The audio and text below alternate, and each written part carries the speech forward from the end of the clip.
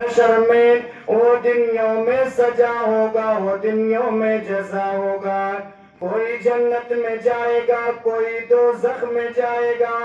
غرض ہر نیک اور بد کا برابر فیصلہ ہوگا. اگر اللہ نے محشر میں بخشے مجھ کو گویائی، وہاں میری زباں پر نغمہ حمد و ثنا ہوگا. حضرات، جیسا کہ ہم لوگ جانتے ہیں، ہم لوگوں کے دماغ میں کبھی تو کبھی یہ خیال آیا ہوگا کہ ہم لوگوں کو اللہ رب العالمین نے کس مقصد کے لیے پیدا کیا. اگر انسان کسی چیز کو بناتا ہے، کسی چیز کا ایجاد کرتا ہے، کسی چیز کو اپنے ہاتھوں سے بناتا ہے، مثال کے طور پر انسان نے ٹریکٹر کو بنایا، انسان نے بس کو بنایا، انسان نے ٹرک کو بنایا اور بہت ساری چیزوں کو بنایا. ٹریکٹر کس لیے بنایا گیا ہے؟ اگر ہم لوگ اپنے آپ سے سوال کریں تو کیا پتا چلتا ہے کہ ٹریکٹر کس لیے بنایا گیا ہے؟ کھیتی کے کام کے لیے، اور نہ جانے کتنے کام کیے جاتے ہیں. جب ہم ٹریکٹر کو کام کرنے کے لیے بنایا گیا ہے، جب ہم نے ٹریکٹر کو کام کرنے کے لیے بنایا ہے اور بس کو سواری کرنے کے لیے بنایا ہے، تو انسان کس لیے پیدا کیا گیا ہے؟ میرے پیارے بھائیو، اس کا بھی ایک مقصد ہے. اللہ رب العالمین قرآن مجید کے اندر فرما رہے ہیں وَمَا خَلَقْتُ الْجِنَّ وَالْإِنسَ إِلَّا لِيَعْبُدُونِ. میں نے جنوں اور انسانوں کو اس لیے پیدا کیا ہے، اس لیے بنایا ہے، اس لیے پیدا کیا ہے کہ میری عبادت کریں، میری بندگی کریں.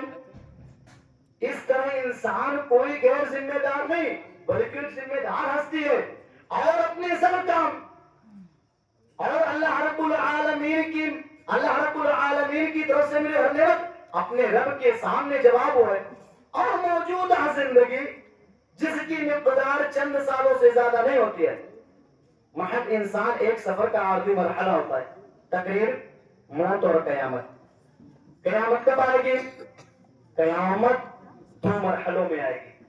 پہلی بار اللہ رب العالمین کے حکم سے حضرت صلی اللہ علیہ وسلم سور میں پھونک مارے گے، جس سے دنیا کے تمام انسان مر جائیں گے، کائنات کا نظام درہم برہم ہو جائے گا، پوری کی پوری نسل انسانی موت کے گھاٹ اتار دیے جائیں گے. جب دنیا کے تمام انسان مر جائیں گے تو 40 سال بعد اللہ تعالیٰ ایک دوسرا عالم بنائے گا، اور پوری کی پوری نسل انسانی جو حضرت آدم علیہ السلام سے لے کر قیامت تک پیدا کی گئی تھی، بے وقت دوبارہ زندہ کرے گا اور سب کو اکٹھا کر کے ان کا حساب و کتاب لے گا. جتنے انسان اپنی زندگی کے حساب و کتاب کے لیے اللہ رب العالمین کے سامنے اکٹھا کیا جائے گا، اسے حشر کہا جاتا ہے، جس کا لغوی معنی سمیٹنا اور اکٹھا کرنا ہے. یہ دن 50,000 برس کے برابر ہوگا. سورج سوانیزہ کے فاصلے پر آ جائے گا. گرمی کی شدت کی وجہ سے لوگ اپنے اعمال کے حساب سے ڈھلوں ایڑیوں گھٹنوں ڈگنوں اور کمر تک پسینوں میں سراب ہو رہے ہوں گے. یہ بہت ہولناکی کا دن ہوگا، لیکن مومن کے لیے بہت آسان ہوگا. اس دن انسان اپنی پوری زندگی کے کارنامے کے ساتھ حاضر کیا جائے گا. جب بندے کے ہاتھ میں اس کے نام اعمال کو دے دیا جائے گا، جس میں اس کی پوری زندگی کا کچا چٹا درج ہوگا، تو اپنے نام اعمال کو دیکھ کر پکار اٹھے گا، یہ کیسی کتاب ہے، یہ کیسی کتاب ہے جس نے نہ چھوٹی بات چھوڑی نہ بڑی بات، سب کے سب کو اپنے اندر درج کر لیا ہے. میرے پیارے بھائی ذرا غور کیجیے، جب انسان کو اس کا نام اعمال پیش کیا جائے گا، وہ کیا پکارے گا؟ یہ کیسی کتاب ہے جس نے نہ چھوٹی غلطی کی، جس نے نہ چھوٹی غلطی ریکارڈ کیا، جس نے نہ بڑا گناہ کو ریکارڈ کیا، سب کے سب کو اپنے اندر درج کر لیا ہے. اس دن انسان بہت جلد اپنے زندگی کا حساب سمجھ لے گا. اللہ رب العالمین فرمائے گا اقرأ کتابک کفی بنفسک اليوم علیک حسیبا. تو اپنے نام اعمال کو پڑھ لے، آج خود ہی تیرا نفس اپنے حساب کرنے کو کافی ہوگا. اس دن مومن کو اس کا نام اعمال اس کے داہنے ہاتھ میں دیا جائے گا. لیکن کافر کا ہاتھ موڑ دیا جائے گا، اس کے پیٹ کے پیچھے سے بائیں ہاتھ میں دیا جائے گا۔ مومن اور صالحین اپنے نام اعمال کو دیکھ کر پکاریں گے، دوسروں کو بھی دکھائیں گے اور خوش ہوں گے۔ اللہ رب العالمین قرآن مجید کے سورہ حاقہ میں فرماتے ہیں فَأَمَّا مَنْ أُوتِيَ كِتَابَهُ بِيَمِينِهِ فَيَقُولُ هَاؤُمُ اقْرَءُوا كِتَابِيَهْ إِنِّي ظَنَنتُ أَنِّي مُلَاقٍ حِسَابِيَهْ، یعنی کہ اس وقت جس کا نام اعمال اس کے سیدھے ہاتھ میں دیا جائے گا، اس کے دائیں ہاتھ میں دیا جائے گا، وہ کہے گا لو پڑھو میرا نام اعمال، یوں دیکھو میرا نام اعمال، یوں پڑھو میرا نام اعمال۔ میں سمجھتا تھا کہ مجھے ضرور اپنا حساب ملنے والا ہے، لیکن کافر کیا کہے گا؟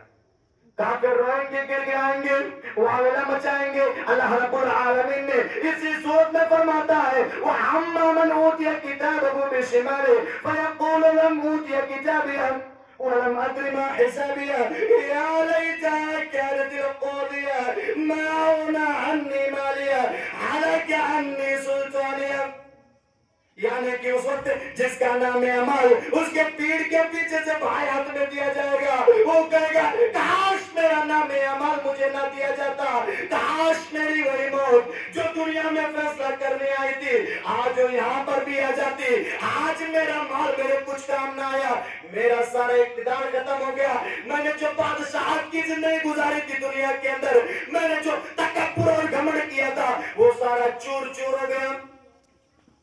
اور کیجئے میرے پیارے بھائی، مومن کو جن لوگوں کا نام اعمال داہنے ہاتھ میں دیا جائے گا ان سے آسان حساب دیا جائے گا۔ اللہ رب العالمین قرآن مجید کے اندر فرماتے ہیں فَأَمَّا مَنْ أُوتِيَ كِتَابَهُ بِيَمِينِهِ فَسَوْفَ يُحَاسَبُ حِسَابًا يَسِيرًا، یعنی کہ اس وقت جس کا نام اعمال اس کے دائیں ہاتھ میں دیا جائے گا اس سے آسان حساب لیا جائے گا، اس سے ہلکا حساب ہوگا، یعنی اس سے سخت قسم کا حساب نہیں ہوگا، اس لیے کہ اس کے نام اعمال میں اس کے برائیوں کے ساتھ ساتھ اس کی بھلائیاں بھی درج ہوں گی، مگر صرف یہ دیکھ کر کے اس کے بھلائیوں کا پلہ اس کے برائیوں سے بھاری ہے، اس کے قصوروں کو درگزر کر کے اسے معاف کر دیا جائے گا۔ حضرت عائشہ رضی اللہ عنہا نے عرض کیا، حضرت ابو داؤد کی ایک حدیث ہے جس میں حضرت عائشہ رضی اللہ عنہا عرض کرتی ہیں کہ اللہ کے رسول، اے اللہ کے رسول، میرے نزدیک قرآن کی سب سے زیادہ خوفناک آیت ہے جس میں ارشاد ہوا ہے مَن يَعْمَلْ سُوءًا يُجْزَ بِهِ، جو لوگ گناہ کریں گے وہ اس کی سزا پا کر رہیں گے۔ اللہ کے رسول کہتے ہیں اے عائشہ کیا تمہیں معلوم نہیں کہ اللہ کے مطیع و فرمانبردار بندے کو دنیا میں جو تکلیف پہنچتی ہے حتیٰ کہ کوئی کاٹا اسے چبھتا ہے تو اللہ تعالیٰ اس کے کسی نہ کسی قصور کی سزا دنیا ہی میں اس کا اقتدار اس کا حساب و کتاب صاف کر دیتا ہے، کوئی کاٹا چبھتا ہے تو اللہ تعالیٰ اس کا حساب و کتاب صاف کر دیتا ہے، دنیا ہی میں اس کا حساب صاف کر دیتا ہے۔ حضرت عائشہ رضی اللہ عنہا نے عرض کیا پھر اللہ تعالیٰ کی ارشاد کا مطلب کیا فَأَمَّا مَنْ أُوتِيَ كِتَابَهُ بِيَمِينِهِ فَسَوْفَ يُحَاسَبُ حِسَابًا يَسِيرًا، یعنی کہ اس وقت جس کا نام اعمال اس کے دائیں ہاتھ میں دیا جائے گا اس سے آسان حساب لیا جائے گا، اس سے ہلکا حساب ہوگا۔ تو اللہ کے رسول صلی اللہ علیہ وسلم نے فرمایا اے عائشہ اس سے مراد پیشی ہے، یعنی کہ اس کی بھلائیوں کے ساتھ ساتھ اللہ رب العالمین کے یہاں اس کی برائیاں بھی پیش ہوں گی، مگر جس سے باز پرس ہوئی ہو تو بس سمجھ لو کہ مارا جائے گا۔ جہاں تک مومن اور صالحین کا سوال ہے، حشر کی نازک گھڑی ان کے لیے پریشان اور تکلیف دہ نہ ہوگی، بلکہ اس وقت اطمینان کی کیفیت ان پر طاری ہوگی، لیکن جنہیں نام اعمال پیٹھ کے پیچھے سے بائیں ہاتھ میں دیا جائے گا ایسے بد اعمالوں سے بہت سخت جان ہوگا جس کے لیے اللہ رب العالمین نے قرآن مجید میں سوء الحساب بری طرح حساب لینے کے الفاظ استعمال کیے ہیں۔ اس روز حضرت ابراہیم علیہ السلام کہیں گے نفسی نفسی یا ربی لا اسألک اليوم الا نفسی، اے اللہ آج میں تجھ سے صرف اپنے لیے سوال کرتا ہوں، اے اللہ آج میں تجھ سے صرف اپنی نجات چاہتا ہوں، اے اللہ تو مجھے بخش دے، اے اللہ تو مجھ پر رحم کر۔ اور داؤد علیہ السلام کہیں گے کیا کہیں گے؟ اے اللہ، آج میں تجھ سے صرف اپنی نجات چاہتا ہوں، آج میں اپنی والدہ مریم کے بارے میں تجھ سے کوئی سوال نہیں کرتا۔ یہ ہوگا نبیوں کا حال۔ ہمارا حال کیا ہوگا؟ ذرا اپنے حال پر تو آئیے، آگے دیکھیے کیا ہوتا ہے۔ کیا کہتے ہیں اللہ رب العالمین قرآن مجید کے اندر فرماتے ہیں کہ اس روز نہ باپ بیٹے کا مدد کر سکے گا، نہ بیٹا باپ کی مدد کر سکے گا، نہ بیٹی ماں کی مدد کر سکے گی، نہ ماں بیٹی کی مدد کر سکے گی۔ اس وقت ان میں سے ہر شخص پر ایک ایسی حالت ہوگی کہ جو اسے بے نیاز کر دے گی، اسے اپنے سوا کسی کا ہوش نہ رہے گا۔ اللہ رب العالمین قرآن مجید کے اندر فرماتے ہیں یوم یفر المرء من اخیہ وامہ وابیہ وصاحبتہ وبنیہ لکل امرئ منہم یومئذ شأن یغنیہ، یعنی کہ اس وقت جس کا نام اعمال، یعنی کہ اس وقت کافر انسان، جو انسان ہوں گے، چاہے وہ مومن ہو چاہے وہ کافر ہو، اس دن انسان یوم یفر المرء من اخیہ، یعنی اس دن انسان اپنے بھائی سے بھاگے گا، اپنی ماں سے بھاگے گا، اپنے باپ سے بھاگے گا، اپنی بیوی سے بھاگے گا، اپنی اولاد سے بھاگے گا۔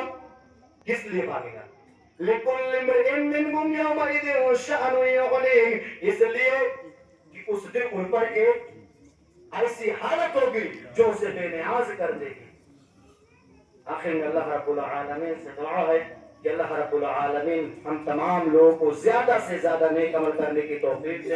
آمین۔ وما علینا الا البلاغ۔